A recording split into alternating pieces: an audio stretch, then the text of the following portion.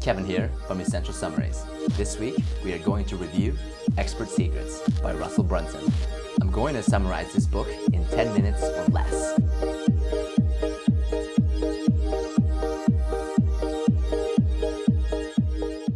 Your voice has the power to change the world, but only if you know how to find and connect people that will listen to you.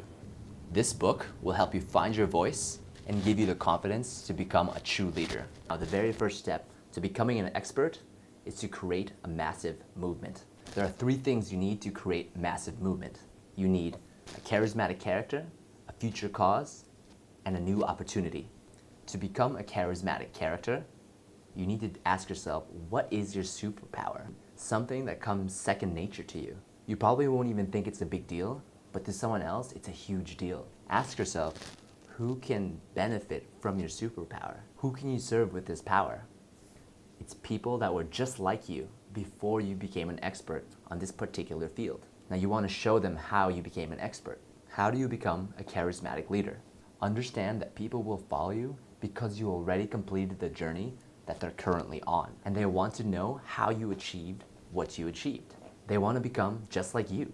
The second thing is to maintain absolute certainty. How do you do this? Share your message. The more you share your message, the more certain you will become, even if no one's listening. It's how you eventually find your voice. Eventually, you will learn what your audience responds to.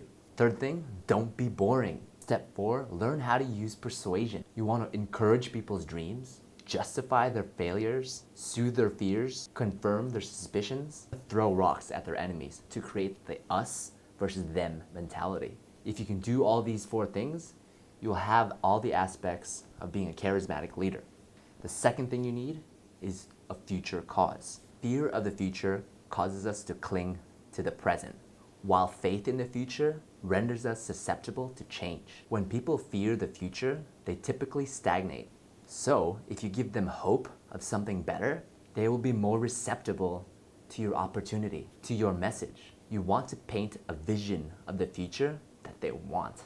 Lead by rewards. Lead by alluding to their sense of status. Status is the strongest thing that prompts people to take action or not take action. Is this thing that I'm considering going to increase my status or decrease it? Almost every choice you've made in your life revolves around status. Who did you date? Who did you marry? Where did you go to school? What car do you have? What job do you currently have? They're all related to status. When we're looking at a new opportunity, we're usually asking ourselves, will this make me look smarter? Will this make me look better, more attractive, more popular, more likable?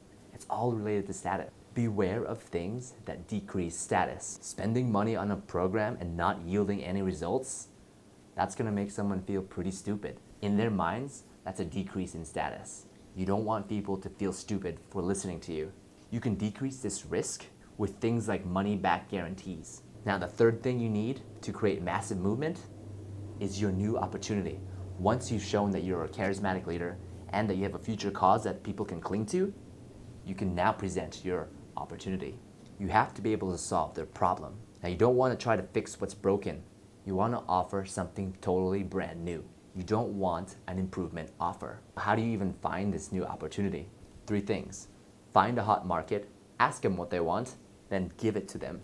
You want to set up your ask campaign. What is your number 1 question about blank? Now you want to get at least 100 replies. You want to target your friends, family, or even drive traffic, even pay ads, just to get these first initial 100 replies. These top questions will become the main headlines in your presentation, in your masterclass, in your sales pitch, because these are the questions that people have in their mind. Notice you want to market before you even set up your class. When you finally present your class, you want to first focus on emotions. To get people to believe in your new opportunity, they have to be emotionally persuaded first. Before you even teach anything, you have to break the people's limiting beliefs that have held them back for years, and then present them with a new, empowering belief.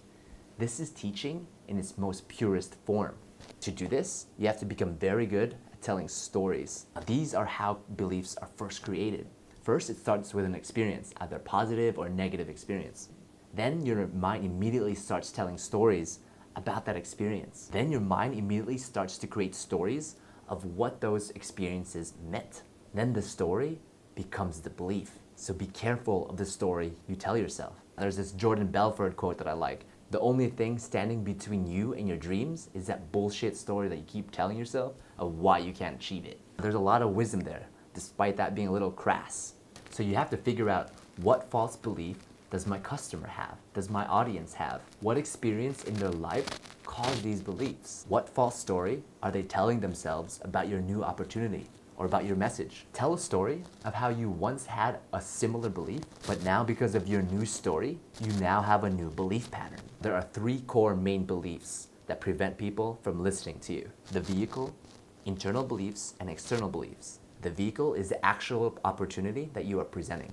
Internal beliefs are beliefs that the person has about themselves. Can I do it? Am I good enough to do this? Do I have the technical skills? And external beliefs are things that are outside of their control. Things like time, money, environment, economics. Now you have to be able to attack all of these 3 beliefs, all of these 3 objections beforehand. Create a list of 20 or more objections and categorize them into these 3: vehicle, internal, external. Then you want to create an inventory of stories that addresses each of these individual points. It can be very brief. Now, how do you break down these false beliefs? Change the story, you change their belief. It's a form of reframing. Great stories are composed of 3 different things: character, desire, and conflict. The very first story you want to tell is how you first discovered your new opportunity. What did you desire? What did you want to achieve? Where were you in your current life? What conflicts did you run into? How did you overcome these conflicts? These are the stories that people relate to most and that they want to hear. Remember, it is conflict that creates the most emotion, and you have to lead with emotion. Emotion draws people in. It gets them focused on your story. It gets them relating to your story at the personal level. So begin with a conflict, a good conflict that people can relate with, and how you overcame that conflict. When you create stories this way, you are helping people break free from their old limiting beliefs and create a new future. Get good at telling stories this way. He covers a lot in this book. I highly recommend that you purchase this book and go through all of his exercises. There are a lot. And he goes step by step on how to structure your scripts, for which you can use in your webinars, in masterclasses, in selling on stage, everything, even just telling simple stories.